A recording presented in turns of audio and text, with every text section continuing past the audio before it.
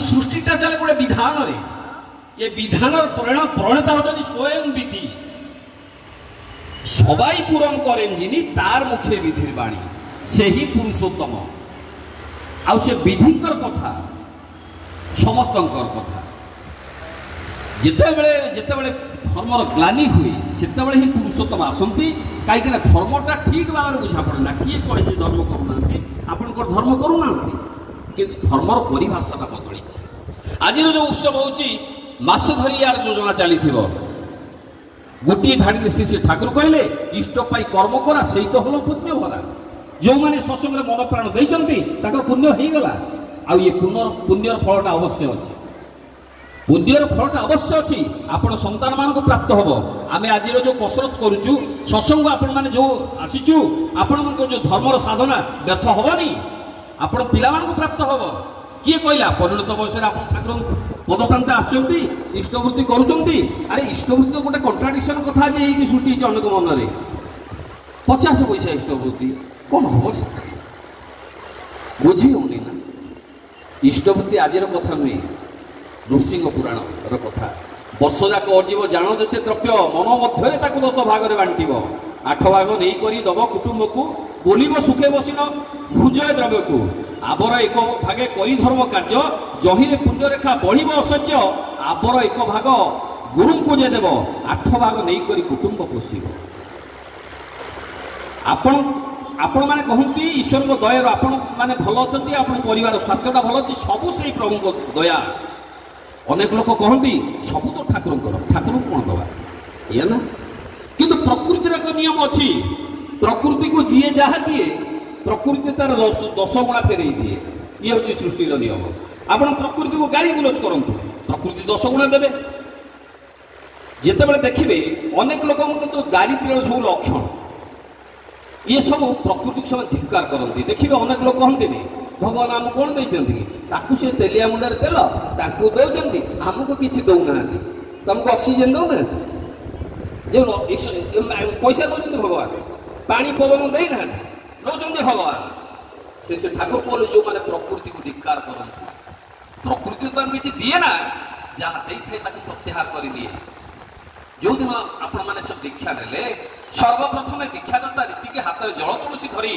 शपथ करदेले कह इष्टभूतिर कथा कहबू आज प्रभाते कर्मारंभे तुमरी भोगर लगी जीव जगतर जीवन कारण करुणामय प्रभु तुमरी दया लभिची जन्म पाई मुई सब ये काली नेला दिन 12टार आज गोटे सब 12टा एठू गोटे पाईगला कहवाक हुए प्रकृति सहित कृतज्ञता जनाइवाक हुए श्री ठाकुर यही विधान करते तुमरी दयारू लभिची जन्म पाई सबू सबू पाई देखिए प्रकृति भरपूर करदेव आ जो मैंने प्रकृति को धिकार करते प्रकृति किसी दिएना ये तो चलला दीक्षार कथा आ गोटे कथा हूँ कौन दीक्षांते आपंकर स्वस्तिन कथा अनेक लोक पछ उचा दे दिखती ना किंतु दीक्षा भितर मनुष्य सारा जीवन आपन को ये उत्सव परिप्रेक्षी मौलिक केतटा कथा कहूँ आपण मैंने बहुत बड़ बड़ वक्ता बहुत बड़ बड़ कथा शुणे मुझे छोट छोट कथा कहूँ आप घर स्वस्तिन को आपण मैंने कौन भावती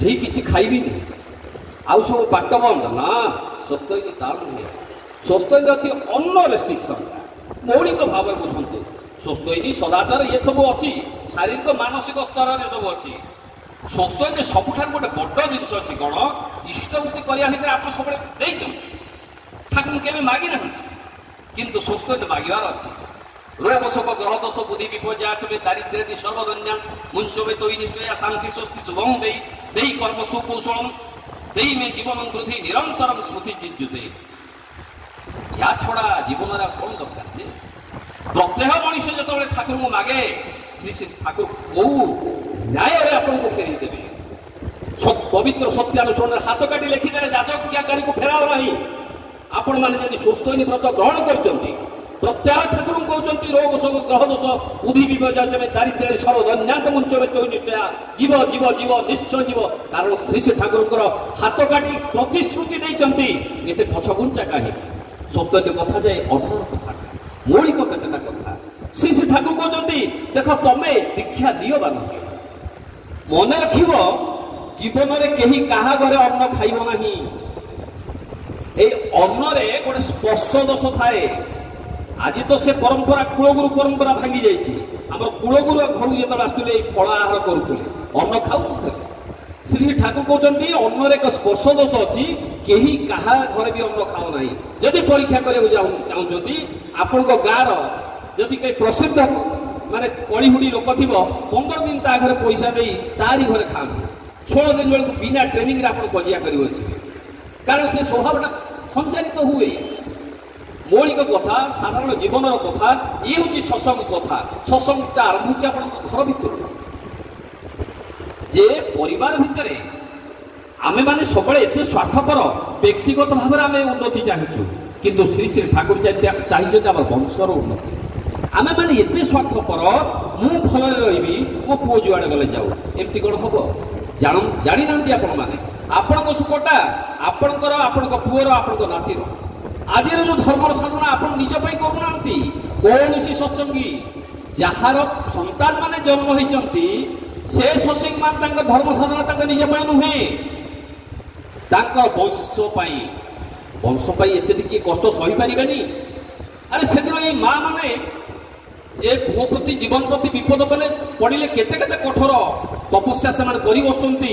ଜ୍ୟୋତିଷ ଯଦି କହୁଛି ତୁ ପୁଅକୁ 22 ବର୍ଷ ହେବା ପର୍ଯ୍ୟନ୍ତ ରାତିରେ ଖାଇବୁ ନାହିଁ ବୋଲି ସେ ମାଟି ଖାଉନି, କାହିଁକିନା ସନ୍ତାନ ଦାୟରେ। ଯଦି ବଂଶର ଦାୟରେ ଏତେ ଟିକେ ସାଧନା କରିବାକୁ ପଡ଼େ, କ'ଣ କରିହେବନି? ନିଶ୍ଚୟ ହବ। ସେ ରାମକୃଷ୍ଣ ଠାକୁର ଏଇ କଥାଟା କହୁଛନ୍ତି ଯେ ପ୍ରକୃତି ଆମକୁ ଏମିତି ମାଡ଼ି ବସିଛି, ପ୍ରକୃତିର ଖାପ୍ଚରେ ଆମେ ଏମିତି ଗୋଟେ ପଡ଼ିଯାଇଛୁ। ଗୋଟେ ରାମକୃଷ୍ଣ ଠାକୁର ଗୋଟେ କଥା କହୁଛନ୍ତି, ଗୋଟେ କେଉଟୁଣୀ ଗୋଟେ ମାଲ୍ୟାଣୀ 2 ଜଣ ବହୁତ ସାଙ୍ଗ ଥିଲେ। ଦିନେ ଏଇ କେଉଟୁଣୀ ମାଛ ବେପାର କରି ଆସୁ ଆସୁ ବାଟରେ ସଞ୍ଜ ହେଇଗଲା, ଅନ୍ଧାର ହେଇଗଲା। ସେ ମାଲ୍ୟାଣୀ ଘର ପାଖରେ ମାଲ୍ୟାଣୀ କହିଲା, ନାନୀ ରାତି ତ ହେଇଗଲାଣି, ରାତିରେ ଚୋରର ଭୟ, ବାଘର ଭୟ, ତୁ ଗୋଟେ କାମ କର, ଆଜି ରାତିରେ ଏଠି ରହିଯା, କାଲି ସକାଳେ ଯିବୁ। 2 ଜଣ ଉଭୟ ବନ୍ଧୁ, 2 ଜଣ ରୋଷେଇବାସ କଲେ, ଖାଇଲେ, ଶୋଇଲେ। ହଠାତ୍ ଏଇ ମାଲ୍ୟାଣୀ ଘୁଗୁଣି ମାରିବା ଆରମ୍ଭ କରିଦେଲା, କିନ୍ତୁ କେଉଟୁଣୀକି ଆଦୌ ନିଦ ହଉନି। ସିଏ କ'ଣ କଲା, ଉଠି ଖୋଜିଲା, ନାକ ଟେକି ଟେକି ଶୁଙ୍ଘିଲା, ଘର ସାରା ବୁଲିଲା, ଆଲୋ ଗନ୍ଧଟା କୋଉଠି ଅଛୁ, କୋଉଠୁ ଅଛୁ, କୋଉଠୁ ଅଛୁ, ବୁଲିଲା। ଏଇ ଗାଁ ମାନଙ୍କରେ ସବୁ ଯୋଉ ଘରର ଜଳ କବାଟି ଗୋଟେ ଥାଏ, ଏ ଘରୁ ସେ ଘର ଦେଖିବା ପାଇଁ ସେ କୋଣା ବାଟେ ଦେଖିଲା, ଗୋଟେ ହେଁସରେ ହେଁସେ ଗୋଟେ ମଲ୍ଲି ଫୁଲ ବିଛା ଅଛି। ମାଲ୍ୟାଣୀ ସେଥିରେ ପାଣି ଛିଞ୍ଚି ଦେଇଛି, ସେଇ ବାସ୍ନାଟା ଆସୁଛି। କେଉଟୁଣୀ ସେଇ ନାକଟାକୁ ଦେଇ କଲା, ଆଲୋ ଆଲୋ ଇଏ ଉଠୁ ଗନ୍ଧ ଗୁରା ହେଉଛି। ତେଣୁ କ'ଣ କଲା, ତା ଶୁଖୁଆ ଟୋକେଇ କତିକି ଗଲା, ଯାଇକି ସେ ଶୁଖୁଆ ଟୋକେଇରେ ଯୋଉ ହାତ ଭଜା କନା ଖଣ୍ଡ ଥିଲା, ସେଥିରେ ଟିକେ ପାଣି ଛିଞ୍ଚି ଆଉ ଟିକେ ଯେମିତି ତାଜା ହେଇଯିବ, ଆଣିକି ମୁହଁ ଉପରେ ପକେଇ ଦେଇ ଘୋଡ଼େଇକି ଆରାମସେ ଘୁଙ୍ଗୁଡ଼ି ମାରି ଆରମ୍ଭ କଲା। ରାମକୃଷ୍ଣ ଠାକୁର କହୁଛନ୍ତି ଯେ ତାକୁ ମଲ୍ଲି ଫୁଲ ବାସ୍ନା ଗୁଡ଼ା ଗନ୍ଧେଇଲା, କିନ୍ତୁ ହାତ ଭଜା ଟୋକେଇରେ ସେ କନା ଖଣ୍ଡ ଭଲ ଲାଗିଲା। ତେଣୁ ମଣିଷର ପ୍ରକୃତିଟା କ'ଣ ହେଉଛି, ଜୋର କରି ସେଟା କରିବାକୁ ପଡ଼େ। ଏଇ ପିଲାଟା ଚୋରି ଛାଡ଼ିବ ସେଇଦିନ, ପୋଲିସ ବାଲା ଯୋଉ ପିଟିବ, ନିର୍ଘାତ ପିଟା ପିଟିବ, ଓ ବାପ ମଲ ଆଉ ଚୋରି କରିବିନି, ଯୋଉଦିନ ସେ ସଂକଳ୍ପ କରିବ ସେଇଦିନ ଟିକେ ଚୋରି ଛାଡ଼ିବ। ତେଣୁ ଶ୍ରୀ ଠାକୁର କହିଲେ, ତମେ ଏକାନ୍ତ ଭାବରେ ଯଦି ତମର ସଂସାର ମଙ୍ଗଳ ଚାହ, ପିଲା ପରିଜନ ମଙ୍ଗଳ ଚାହ, ମୁଁ ଯାହା ଚାହେଁ ତାହା ନିରାଶୀ ନିର୍ମମ ଭାବରେ କର। ନିରାଶୀ ନିର୍ମମ ହବ ପଡ଼େ। ଯୋଉ କଥା ହେଉଛି ପରିବାର ଭିତରେ ଶ୍ରେଷ୍ଠ ଯୋଉ ଅଛନ୍ତି ସ୍ୱାମୀ। ତେଣୁ ଆମେ ମାନେ ଅନେକ ସ୍ଥଳେ ଦେଖୁ ସ୍ୱାମୀ ଥାଏ, ସ୍ୱାମିତ୍ୱ ନଥାଏ। ସ୍ୱାମିତ୍ୱ କ'ଣ ପାଇଁ ନଥାଏ? ମାନେ ତତ୍ତ୍ୱ ମାନେ ତୁକୁ ବା ଟେକି ନେଇକି, ଯିଏ ତତ୍ତ୍ୱ ପୁରୁଷ, ଯିଏ ଜାଣନ୍ତି, ଯିଏ ତୁକଟା ଜାଣନ୍ତି, ସେ ପୁରୁଷୋତ୍ତମ ଭିନ୍ନ ଆଉ କେହି ନୁହନ୍ତି। এই পুরুষটা যেতবে সংযুক্ত হুয়ে, যে পুরুষটা যেতবে পুরুষোত্তম সহিত সংযুক্ত হুয়ে, সেতবে তার বৈশিষ্ট্য মাফিক সে উন্নতি করে। সৎসঙ্গে এমিতি না, আপনার অযোগ্য হবে নাই, হবার চান্স নাই। দীক্ষা নেইছেন, দীক্ষার মর্মরে সেদিন শ্রী শ্রী বড়দা কৌଛନ୍ତି দীক্ষা কাহিকি নেইছু, অনেক প্রশ্ন পরিশেষর উত্তর দিয়ে শ্রী শ্রী বড়দা গোটি মাত্র কারণ হচ্ছে নাম করিয়া পাই দীক্ষা নেইছি। শ্রী ঠাকুর কহিলে নাম করে দেখ, প্রত্যেক নাম করে দেখ, দেখ তোর সত্তা কোটি, তোর বৈশিষ্ট্য কোটি, তো জীবন ভিতরে কি কি প্রকার উন্নতি আছে তাহি জাঁপারিব। কিন্তু পারিবারিক জীবন ভিতরে মুখ্যতঃ কেতেটা কথা আছে, যে মুখ্য ত্রুটি গুড়াক সব আম ভিতরে রয়েছে, যে ঠাকুরঙ্কর কথা, आम जीवन कथा, जीविकार कथा, घर संसार कथा, पिला परिजन कथा। आज आम मान पिला भितर से प्रकार सहनशीलता गुण ना, 9टा ना 6टा नुहे। आज आम मैंने समस्ते गोटे गोटे पितार, गोटे गोटे पुओ हो झी हो, एकमात्र सन्तान पितामाता। आउ से पितामाता हूँ आम कि अबाध्य सन्तान असहाय पिता। ए पिला मान अबाध्य कहीं कौन कहीं पुओ कथा बापा कहीं मानुनी, ତାକୁ ଜନ୍ମ ଦେଲା କିଏ? ଏଇ ମା ତ। ଏ ମା ଭିତରେ ଏ ସହ୍ୟ କ୍ଷମତାଟା କମିଲା କେମିତି ଜାଣନ୍ତି? ଆଜିକାଲି ଗାଁ ଦେଖିବେ, ଗାଁରେ ଆଉ ସେ ଶାଶୁ ନାହାନ୍ତି, ବୋହୂମାନଙ୍କ ସହିତ ଗୋଟେ କମ୍ପ୍ରମାଇଜ କରିଗଲେଣି। ଅନେକ ଘର ହୁତୁତୁ ହେଇ ଜଳୁଛି। କିନ୍ତୁ ଦେଖ, ପିତୃପୁରୁଷର ଜୀବନ ଧାରା ଯଦି ତମଠାରେ ରହିଲା ନାହିଁ, କୋଉଠି ତୁମେ କିଏ ବା ତୁମର କୁଳ ଗୌରବ ରହିଲା ନାହିଁ। ସେ ଠାକୁର ଆସନ୍ତି ଆମର ବଂଶର ଉଦ୍ଧାର ପାଇଁ, ବଂଶ ବୁନିୟାଦର ଉଦ୍ଧାର ପାଇଁ। ସେ ଠାକୁର କହିଲେ ଏମିତି ଜଣେ ମନୁଷ୍ୟ ନାହିଁ ଦୁନିଆରେ ବଡ଼ ହେଇଛି ପିତା ମାତାକୁ ପରିତ୍ୟାଗ କରି। ଏଇ ମା ମାନେ ଅନେକ ସମୟରେ ସୁଖର ସଂସାର ଆଶାରେ ଏଇ ବାପା ମାଙ୍କ ଠାରୁ ଅଲଗା ହେଇଯାଆନ୍ତି। ଅଳ୍ପ ଦରମାରେ ଶାଶୁ ଶ୍ୱଶୁରଙ୍କର ଖର୍ଚ୍ଚଟା ତୁଲେଇ ହେବନି ବୋଲି ଅଲଗା ହେଇଯାଆନ୍ତି ସୁଖର ସନ୍ଧାନରେ। ମନେ ରଖ, ସେଇ ଦିନଠାରୁ ଆପଣଙ୍କର ବଂଶର ବିପର୍ଯ୍ୟୟ ଆରମ୍ଭ ହେଲା। ସେ ଠାକୁର କହିଲେ ତମେ ତମର ସ୍ୱାମୀକୁ ଯଦି ପରିଜନଙ୍କ ଠାରୁ ଅଲଗା କରିନିଅ, ସେବା ସମର୍ଥନା ଭିତରୁ ମଣିଷ ଯେଉଁ ତୃପ୍ତି ଅନୁଭବ କରେ, ବୋଧ ଜାଣିବା ଭିତରେ ଯେଉଁ ମୁକ୍ତି ଆସିଥାଏ, ତମର ସ୍ୱାମୀ ସେଥିରୁ ବଞ୍ଚିତ ହେବେ। ମହିମା ଗାରିମା ପ୍ରତିଷ୍ଠା ଦୂରକୁ ଅପସରି ଯିବ, ଅବସାଦ ଅତୃପ୍ତି ତମକୁ ଘେରି ଧରିବ। ଯେତେ ଯେତେ ଲୋକ ଏଇ କାଣ୍ଡ କରିଛନ୍ତି। ଆରେ ବାବା ଡାକ୍ତରଖାନା ଯିବାର ଅଛି, ଯୋଗ ଅଛି, ଯଦି ପାଖରେ ବାପା ଥାନ୍ତି ବୃଦ୍ଧ ବୟସରେ ଯେ ବାପାକୁ ଡାକ୍ତରଖାନା ନେଇକି ଯାଆନ୍ତି, କଷ୍ଟ ସହିବେ ବାପା। ଆପଣଙ୍କର ଡାକ୍ତରଖାନା ଯୋଗଟା କଟିବ ଏପଟେ, କିନ୍ତୁ କଷ୍ଟ ସହିଲେ ବାପା। ଆଉ ଯଦି ବାପାଙ୍କୁ ନ ନିଅନ୍ତି ନା, ତାହେଲେ ଏଇଟା କ'ଣ ହବ ନା, ଡାକ୍ତରଖାନା ଯିବ ମାନେ ଇଞ୍ଜେକ୍ସନ ଆପଣଙ୍କୁ ଖାଇବାକୁ ପଡ଼ିବ। ଏ ହେଉଛି ବିଧିର ବିଧାନ। ଆପଣମାନେ ବିଧିକୁ ଅବଜ୍ଞା କରିପାରନ୍ତି, ତାକୁ ନୀତିକୁ ତାତ୍ସଲ୍ୟ କରିପାରନ୍ତି, ମୌଳିକ ଜୀବନର କଥା। କିନ୍ତୁ ପ୍ରକୃତିର ଯେଉଁ ଶାସନଟା ଚାଲିବ ଚାଲିବ। ଶ୍ରୀ ଠାକୁର କହିଲେ ତମର ଶାଶୁ ଯଦି ଗଞ୍ଜଣ ଦାୟୀ ହୁଅନ୍ତି, ତମେ ତାଙ୍କ ଗଞ୍ଜଣାର ବାଧକୁ ହୁଅନା। ତାଙ୍କ ପ୍ରୟୋଜନ ଗୁଡ଼ିକ ପ୍ରତି ନଜର ରଖ, ପୂରଣରେ ତତ୍ପର ହୁଅ, ସେବାରେ ତାଙ୍କୁ ପରିପୃତ କରି ତୋଳ, ଜୟ ତୁମର ଅବଶ୍ୟ ଭାବି।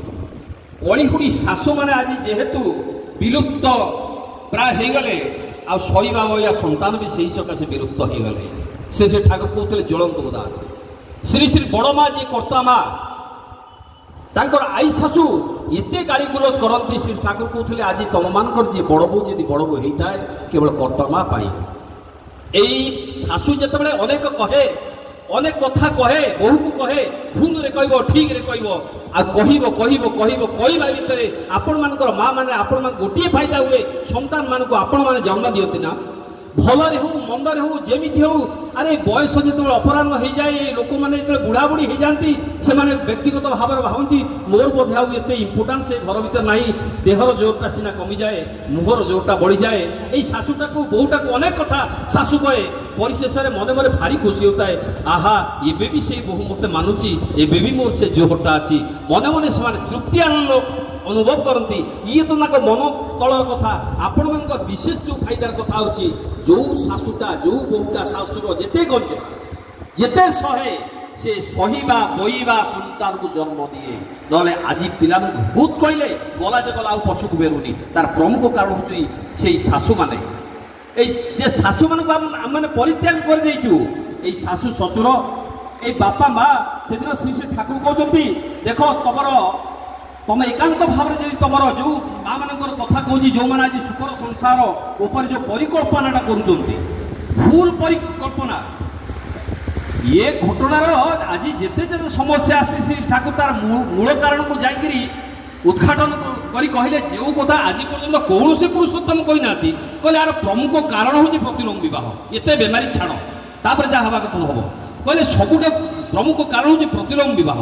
ଏ ପ୍ରତିଲୋମ ବିବାହଟା ଏବେଠୁ ଆରମ୍ଭ ହେଇନି, ଏଟା ହେଲା ବୁଦ୍ଧଦେବଙ୍କ ସମୟରୁ। ସେଟା ଆରମ୍ଭ ହେଇଛି 623 2650 ବର୍ଷ ପୂର୍ବରୁ ବୁଦ୍ଧଦେବଙ୍କ ସମୟ ଆରମ୍ଭ କାହିଁକି ହେଲା ନା, ଯେତେବେଳେ ବୁଦ୍ଧଦେବ ଆସିଲେ, ଭଲ ଭଲ ଘରର ପିଲାମାନେ ବାହା ହେଲେନି, ଭଲ ଭଲ ଘରର ପୁଅମାନେ ବାହା ହେଲେନି, ସେମାନେ ବୌଦ୍ଧ ଭିକ୍ଷୁ ହେଲେ। ଆଉ ସବୁଠାରୁ ଉତ୍କୃଷ୍ଟ କନ୍ୟାମାନେ ନିକୃଷ୍ଟ କନ୍ୟାକୁ ବାହା ହେଲେ। ଆପଣମାନେ ଏତେ କଥା ବୁଝିପାରିବେନି, ଗାଁ ଗହଳିର କଥା ସିଧା କଥା ବୁଝନ୍ତୁ। ବର୍ଣ୍ଣ ବଂଶ ବିଦ୍ୟା ସ୍ୱାସ୍ଥ୍ୟ ଶିକ୍ଷା ଇତ୍ୟାଦିରେ ବରଟା ସବୁବେଳେ ଶ୍ରେଷ୍ଠ ହେବା କଥା, କନ୍ୟାଟା କନିଷ୍ଠ ହେବା ଦରକାର। କିନ୍ତୁ ତାର ବ୍ୟତିକ୍ରମରେ ଯଦି ବାହାଘର କରନ୍ତି, ତାକୁ କୁହନ୍ତି ପ୍ରତିଲୋମ ବାହାଘର। ଉଦାହରଣ ଯଥା ଦେଖିଲେ, ଝିଅର ବାହାଘର ପାଇଁ ଜୋଇଁଟା ଦୁଗୁଲା ପତଳା, କିନ୍ତୁ 80,000 ଟଙ୍କା ଦରମା ପାଉଛି। ଆପଣ ଯେତେବେଳେ ଆପଣ ଝିଅକୁ ସେଠି, ବାପା ମା ସ୍ୱାଭାବିକ ଭାବେ ମୋ ପୁଅ ଝିଅ ଯେଉଁଠି 2 ମୁଠା ଖାଇବାକୁ ପାଏ, ଶାଶୁ ଘରେ ପତିଆରା କରେ, ଶାଶୁଘର ଚାବିକାଟା ହାତ ଉଠାଣେ ଏଇଆ ନା ଆମର ସ୍ୱାଭାବିକତା ଯେଉଁ ଭାବନା। ଯେତେବେଳେ ବାହାଘର କରିବେ ସେ ଧେଡ଼କୁ ସିଏ ଭଗବାନ ଭାବିବ ନା, ସିଏ ବରଂ ଭାବିବ ଆମ ଗାଁରେ ଯେ ନଟ ଭାଇବ ଶଙ୍କରଟା ଭଲ ଥିଲା, ବାପ ମା ତାଙ୍କ ସ୍ୱାର୍ଥରେ ବାହାଘର କରିଦେଲେ, ଏଇଟା ବିଧିର ବ୍ୟତିକ୍ରମ। ତାକୁ ବାହାଘର କଲା ପରେ ସିଏ ତ ତାକୁ ସ୍ୱାମୀ ଭଗବାନ କେବେ ବି ଭାବିବ ନାହିଁ। ଯଦି ନ ଭାବିଲା ସ୍ୱାମୀ ପ୍ରତି ଯେଉଁ ବିକୃତ ମନୋଭାବଟା ତା ଭିତରେ ଆସ୍ତେ ଆସ୍ତେ ଦାନା ବାନ୍ଧିବ, ସେ ଯେଉଁ ସନ୍ତାନକୁ ସବୁ ଜନ୍ମ ଦେବ ସ୍ୱାମୀ ବିରୁଦ୍ଧ, ସ୍ୱାମୀ ବୋଇଲେ ଶ୍ରେଷ୍ଠ ଜନ, ଆଉ ସେ ଯେଉଁ ସନ୍ତାନ ଗୁଡ଼ାକ ସବୁ ଜନ୍ମ ହୁଅନ୍ତି ତାକୁ କହନ୍ତି ପ୍ରତିଲୋମ ବିବାହ ଜନିତ ସନ୍ତାନ। ଶ୍ରୀ ଠାକୁର କହିଲେ ତୁଇ ତୋର ସନ୍ତାନକେ ସିଂହର ମୁଖେ ତୁଲି ଦେ, ବାଘର ମୁଖେ ତୁଲି ଦେ, ପ୍ରତିଲୋମ ବିବାହ କରିସ୍ ନା, ଏମାନେ କମ୍ ବଦମାସ ନୁହନ୍ତି। ଶ୍ରୀ ଠାକୁର କହିଲେ ଏ ପ୍ରତିଲୋମ ବିବାହ ଜନିତ ସନ୍ତାନ ମାନେ ସେମାନେ ରୋଗ ସଂକୁଳ କ୍ଷୀଣ ମସ୍ତିଷ୍କ ହୁଅନ୍ତି ସ୍ୱଭାବତଃ। ଯଦି ମୋଟାମୋଟି ଭାବରେ ତାଙ୍କ ସ୍ୱାସ୍ଥ୍ୟଟା ଠିକ୍ ରହିଲା ଶୈତାନଙ୍କ ଠାରୁ କୌଣସି ଗୁଣରେ କମ୍ ନୁହନ୍ତି।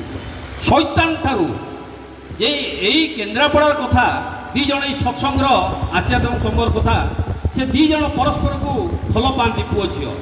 ଜଣେ ବିପ୍ର, ଆଜ୍ଞା ମାନେ ବହୁତ ଜାଣିଥିବେ ତେଣୁ ନା କହିବା କଥା ହେଉଛି, ଜଣେ ପୁଅ ହେଉଛି ଯେ କ୍ଷତ୍ରିୟ, ଝିଅ ବିପ୍ର।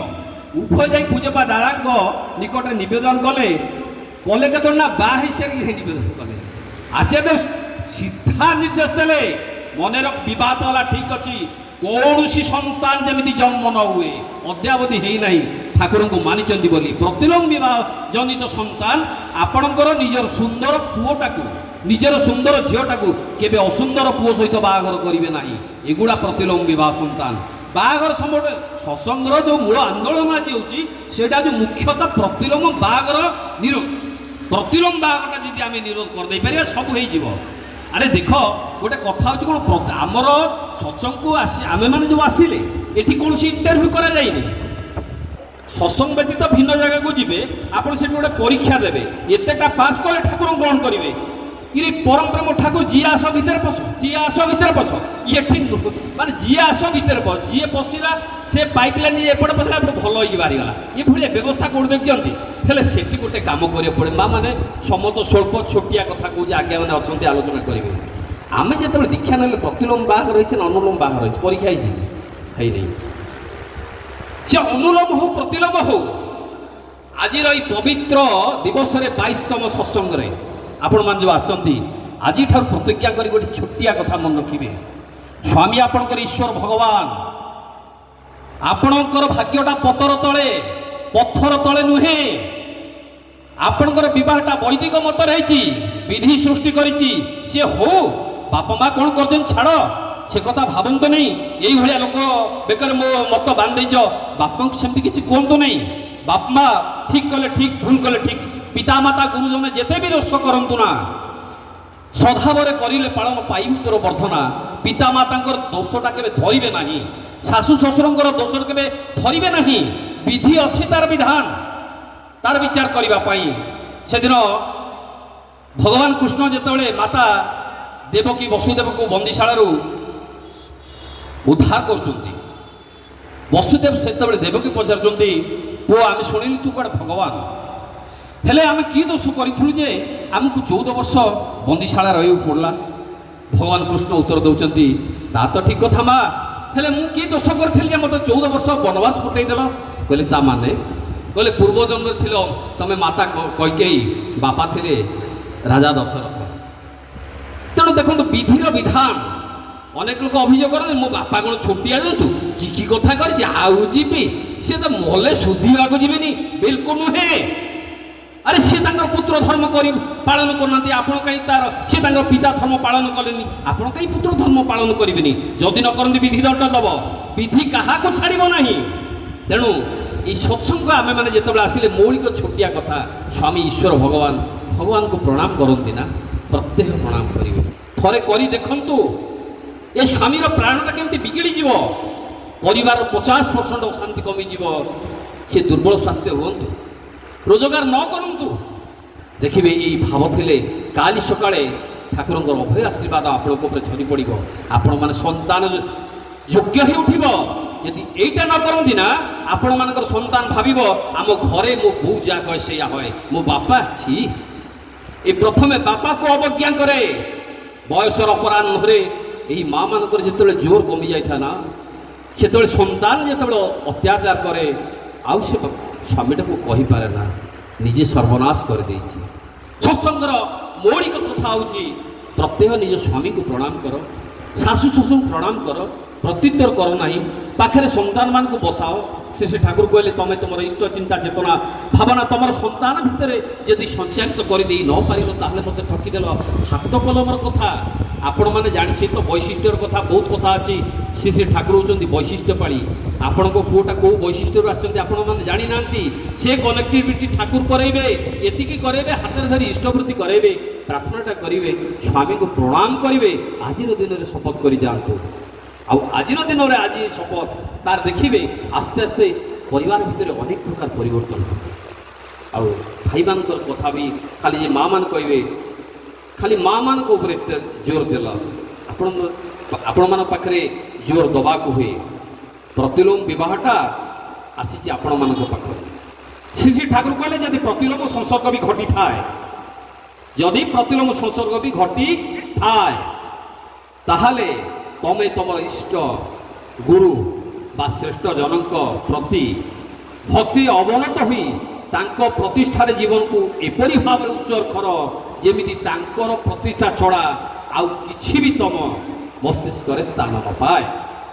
ଇଏ ହେଉଛି ପ୍ରତିଲୋମ ବିବାହର ନିରାକରଣ। ସେଇ ସକାଶ କହିଲି ଦୀକ୍ଷା ନେଲା ବେଳେ ଅନୁଲୋମ ହେଲା କି ପ୍ରତିଲୋମ ହେଲା ଜାଣି ହେଲାନି ନା। ତେଣୁ ଅନ୍ତତଃ ଅନୁଲୋମର କାମଟା କରି ଚାଲିବା, ଏଥିରୁ ବିରତ ଦେବେନି। ସ୍ୱାମୀ ଯଦି କ୍ଷୁବ୍ଧ ବି ହେଇଥାନ୍ତି ଆପଣଙ୍କୁ ସ୍ୱାମୀକୁ ପ୍ରଣାମ କରିବା କଥା। ଏ ସତ୍ସଙ୍ଗ ଆପଣଙ୍କର ଯେଉଁଟା କ'ଣ କହନ୍ତି କସମ, ସତ୍ସଙ୍ଗର ଆପଣଙ୍କୁ ନିୟମ, ଠାକୁରଙ୍କର ନିୟମ। ସ୍ୱାମୀ ରୁଷ୍ଟ ହୋଇଛନ୍ତି ହେବେନି କି କଥା, ସେ ସ୍ୱାମୀ ପରା, ତାଙ୍କ ନାଁ ଗୋଟେ କ'ଣ ହବ? ସ୍ୱାମୀ ମାନେ ମାଲିକ, ମାଲିକ ମାନେ ଭଗବାନ। ଆଉ ଗୋଟେ କଥା, ସ୍ୱାମୀ ମାନେ ଯଦି ଭଗବାନ ହୁଏ, ଆଜି ଭଗବାନ ଯଦି କିଛି ଦେଇ ନ ପାରନ୍ତି ଆମେ ଭଗବାନଙ୍କୁ ତ ପରିତ୍ୟାଗ କରିଦେଉ। ନା ନା ତମେ ନୁହଁ, ସେ ଠାକୁର ବଢ଼ିଆ, ସେ ତିଆରି କିଛି ନାହିଁ। ମା ମାନେ ତ କାହିଁ ପରିତ୍ୟାଗ କରୁନାହାନ୍ତି ଆପଣମାନଙ୍କୁ? କଥାଟା ହେଲା ଆପଣଙ୍କ ପାଖରେ ସ୍ୱାମୀ ସିନା ହେଇଛନ୍ତି, ସ୍ୱାମିତ୍ୱ ନାହିଁ। ସ୍ୱାମିତ୍ୱ ମାନେ ପାଳନ ପୋଷଣର ଯେଉଁ କଳାଟା ନାହିଁ, କାହିଁକି ଆସିଲା ନାହିଁ? ମଣିଷ ଯେତେବେଳେ ଜନ୍ମ ହୁଏ ତାର ବୈଶିଷ୍ଟ୍ୟ ନେଇକି ଜନ୍ମ ହୋଇଥାଏ। ପୂର୍ବର ବୈଶିଷ୍ଟ୍ୟ ଏ ବୈଶିଷ୍ଟ୍ୟ ସହିତ ବୈଶିଷ୍ଟ୍ୟ ପାଳି ଯୋଗଯୁକ୍ତ କରାନ୍ତି। କିଛି ତ କରିକି ଜୀବନରେ ପେଟ ବସିଛନ୍ତି। ଆଉ ଇଥର ଜଗତ ଛାଡ଼ିଲା ପରେ ଯେତେବେଳେ ରିଲ୍ୟାଣ୍ଡିଂ କଲେ ପୁଣି ତ କିଛି ବୈଶିଷ୍ଟ୍ୟ ଅଛି ନା ନାହିଁ? ମଣିଷର ସେତିକି ବୈଶିଷ୍ଟ୍ୟ କ୍ଷୁଣ୍ଣ ହୁଏ ଯେତେବେଳେ ସେ ବୈଶିଷ୍ଟ୍ୟ ପାଳିକୁ ଗ୍ରହଣ ନ କରେ, ତାର ଜୀବନ ଆରମ୍ଭ ହୁଏ ଅର୍ଜିତ ବୈଶିଷ୍ଟ୍ୟ। ଆମମାନେ କହିବା ସତ୍ସଙ୍ଗକୁ ଅନେକ ଲୋକମାନେ ଆସୁଛନ୍ତି, ସେମାନଙ୍କ ଯଦି ବୈଶିଷ୍ଟ୍ୟ ଯେଉଁମାନେ ଆସିନାହାନ୍ତି ତାଙ୍କର ବୈଶିଷ୍ଟ୍ୟଟା କୁହନ୍ତି ଅର୍ଜିତ ବୈଶିଷ୍ଟ୍ୟ, ଏବେ ଏବେ ଆରମ୍ଭ। ଆଉ ସତ୍ସଙ୍ଗକୁ ଆସିଲେ ଆପଣ ଯଦି ସତନାମ କଲେ ନା, ସତନାମ କହନ୍ତି ଦୈବାକାର। ଦୈବାକାର ଆପଣଙ୍କର ପୁରୁଷାକାର ତ ସ୍ୱାଭାବିକ ଅଛି, ଇଷ୍ଟବୃତ୍ତି କଲେ ହେଲା ଦୈବାକାର। ପୁରୁଷାକାର ଆଉ ଦୈବାକାର ଦୁଇଟା ମିଶିଲେ ହୁଏ ଭାଗ୍ୟ। ଆଉ ସ୍ୱସ୍ତୟୀନେ ଦେଖନ୍ତୁ ନା, ସେଦିନ ଠାକୁର କହୁଛନ୍ତି ଠାକୁର ଏ ଜ୍ୟୋତିଷ ଶାସ୍ତ୍ରଟା କ'ଣ? ଠାକୁର କହୁଛନ୍ତି ଏତେ ବଡ଼ ପୁରୁଣା ଶାସ୍ତ୍ର ତ ଅବଜ୍ଞା କରି ହେବ ନାହିଁ, କିନ୍ତୁ ତମେମାନେ ତାପରେ ଭରସା କରି ରୁହ ନାହିଁ। କେଉଁମାନେ ଭରସା କରି ରୁହ ନାହିଁ? ଯେଉଁମାନେ ସ୍ୱସ୍ତୟୀ ନେଇଛ। ଦେଖ ନିଜର ଯେଉଁମାନେ ସ୍ୱସ୍ତୟୀ ଏବେ ବି ନେଇଛନ୍ତି, ନିଜର ଜାତକଟାକୁ ଯାଇ ପରୀକ୍ଷା କରି ଦେଖନ୍ତୁ ଏ ଅବଧାନରେ କ'ଣ କହୁଛନ୍ତି, ଆପଣଙ୍କର ହେଉଛି କ'ଣ, ତାର ମୋଡ଼ଟା ବଦଳେଇ ଦିଅନ୍ତି ପରମ ପ୍ରେମ ଠାକୁର। ପରିଶେଷରେ ଠାକୁରଙ୍କ ସେ ଗୋଟିଏ କଥା, ଯେଉଁ କଥା ଠାକୁର କହୁଥିଲେ, କହିଲେ ଗୋଟିଏ ଗାଁରେ ଜଣେ ଭଣ୍ଡ ବାବା ଥିଲେ, କିନ୍ତୁ ତାଙ୍କର ଜଣେ ନିଷ୍ଠାପର ଶିଷ୍ୟ ଥିଲା। ଦିନେ ସେ ପାଖ ଗାଁରେ ଗୋଟେ ପିଲା ମରିଗଲା। ଗାଁ ଲୋକମାନେ ସେ ପିଲାଟାକୁ କାନ୍ଦେଇ କାନ୍ଦେଇ ନେଇ ଆସିଲେ। ଏଇ ବାବା ବୋଧେ କିଛି ଜାଣିଥିବେ ବଞ୍ଚେଇ ଦେବା ପାଇଁ। ସେ ପିଲାଟାକୁ ଶୋଇଦେଲେ। ଏ ବାବା ତ କିଛି ଜାଣିନାହାନ୍ତି, ଯାହା ଯେମିତି ଜାଣନ୍ତି, କିନ୍ତୁ ସେ ବାବାଙ୍କର ଶ୍ରୀ ଠାକୁର ଗପ କହୁଛନ୍ତି ତାଙ୍କର ଜଣେ ନିଷ୍ଠାପର ଶିଷ୍ୟ ଥିଲା। ସେ ନିଷ୍ଠାପର ଶିଷ୍ୟ ଜଣକ ସେ ଗୁରୁଙ୍କୁ ଯଥା ଆସନରେ ବସେଇଦେଲା, ପାଦ ଧୋଇଦେଲା। ସେ ପାଦ ପାଣି ଆଣିକି ସେ ପିଲା ପାଟିରେ ଦେଇଦେଲା। ହଠାତ୍ ସେ ପିଲାଟା ଉଠି ବଞ୍ଚି ବସିଲା।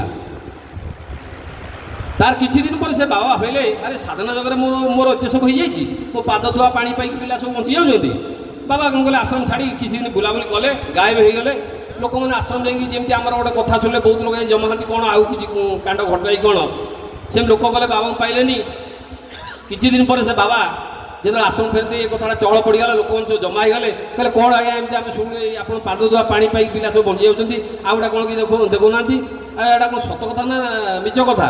बाबा कहले हाँ देखा देखा गोटे पिलाटा एटी थिला ताको डाकिले ठाई ता गालू गोटे कल भलिया देले से पूरा फटकी पड़ी मरीगला से बाबा कौन करछंती से तांको पाद धोई से पाद धोआ पांडा से पिला पाट दो से पिला कि बंचुनी हठात लोक हालोली पड़गला हो हा लोक हेले थाना पुलिस बंद कथा गला यही कथाटा शुणिला से निष्ठापर शिष्य जनक दौड़ी दौड़ी आसला तार से भंड बाबा को निर्दिष्ट आसन बसईदेला पाद धोईदेला से पानी नहीं से पिलार पाटे देदेला हठात से पिलाटा उठी बंची बसला से ठाकुर कहते जड़े भंड बाबार जड़े निष्ठापर शिष्य जदि ये कांड करें आपण मानकर गुरु जी पूर्ण पुरुषोत्तम सदेर आसती आपण माने तांको नहीं एकांतर मजी रुहतु आपण माने जीवन में की कांड करेंगे की कथा कहबी आपण माने कौन सी सिद्ध साधकटा कम नुहति आपण माने जो सतनाम पाई ये सतनाम प्रभाव श्री श्री बड़दा कहते ये मनीषता जीवन में जिते सतनाम करे ना